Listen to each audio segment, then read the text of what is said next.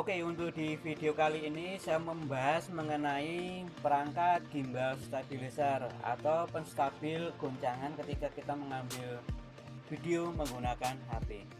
Perangkat ini saya beli di awal tahun, tepatnya di bulan Maret 2020.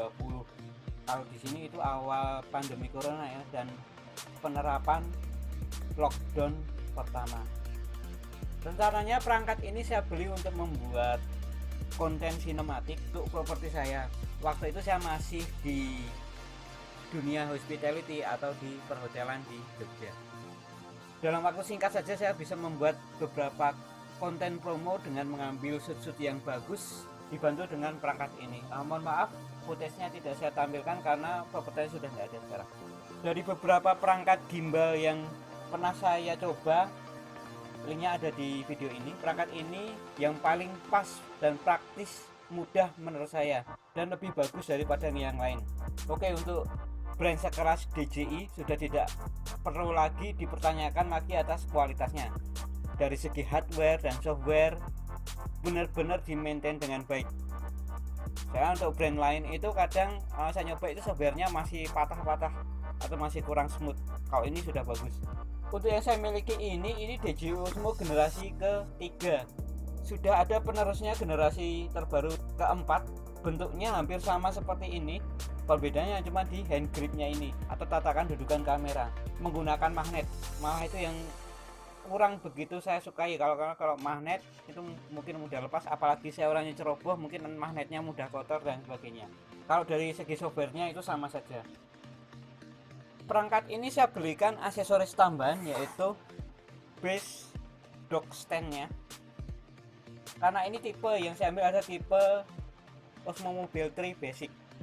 Ada satu tipe lagi yang lengkap, yaitu Osmo Mobile 3 yang combo. Bedanya dengan yang combo dengan yang basic adalah dia dapat tripod dan tas. Kalau ini dia hanya ke gimbalnya saja. Oke, ini sebenarnya perangkatnya mau saya lepas. Ini sebagai video kenangan saja, saya pernah punya perangkat ini. Dan nanti yang beli dapat set ini. Oke, ini untuk perangkatnya. Ini masih jadi jarang sekali saya pakai. Oke, ini kita dapat, ini kabel chargernya USB Type C. Memang nggak dapat kepala charger, tapi pakai bisa kepala charger handphone biasa. Terus ini dapat, ini hand gripnya pun belum saya pakai untuk tali strapnya. Kemudian dapat pouchnya atau kantong untuk membawa gimbalnya. Dan ini kartu dari DJI karena ini saya beli resmi. Kemudian masih ada buku manualnya. Dockstandnya dia dockstand model seperti ini. Oke, sekarang kita ke perangkatnya. Oke, inilah perangkatnya. Jadi gimbalnya seperti ini, cukup bagus. Ini stiker-stikernya pun masih tertempel, ya mungkin ada sedikit lecet penggunaan saja. Ini tinggal dibuka seperti ini.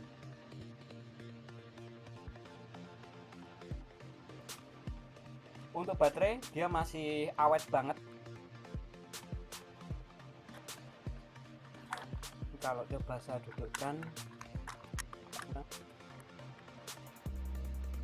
nah nanti dia bisa dipasangkan kondisi berdiri. Untuk handphone dia apa saja bisa, tapi saya biasanya kalau sebelum pasang saya sejajarkan dulu.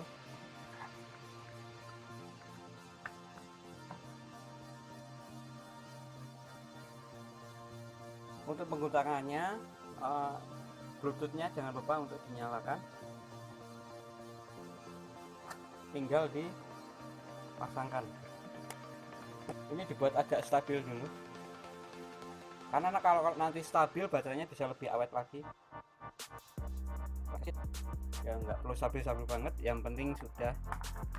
Dan langsung kita oke, ini langsung kita nyalakan. Dia nanti akan langsung auto stabilize seperti itu ya. Untuk aplikasi yang digunakan DJI Maimo,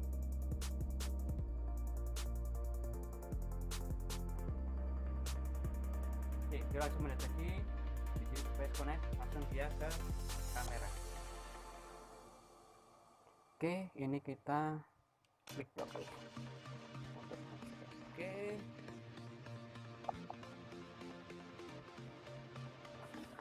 nah yang paling saya sukai dari DJI adalah softwarenya yang sangat lengkap. Oke, jelas ini untuk pengambilan video. Kemudian ini ada yang terbaru yaitu Dynazoom. Dia ada dua mode, move out sama move in. Jadi seperti efek vertigo efek kalau saya nyebutnya. Kemudian template-nya juga bagus. Ini silakan pakai tripod, kalau nggak perlu pakai tripod, pakai dock stand juga bisa. Kemudian ada hyperlapse. Kamu untuk pengambilan foto. Kemudian ini untuk panorama, dia panoramanya 3x3, dia akan auto memposisikan panoramanya. Kemudian yang paling saya senangi adalah story. Nah, di mode story ini kita seperti disiapkan skenario nya, jadi kita tinggal mengambil beberapa capturean video secara langsung. Jadi disediakan template-template yang cukup banyak.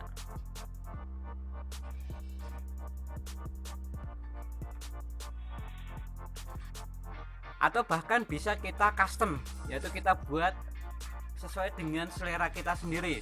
Mengambil beberapa template, otomatis nanti di input menjadikan dikreasikan seperti film atau video singkat. Sangat mudah untuk menjadi kreator sekarang ini. Kemudian kalau dari ini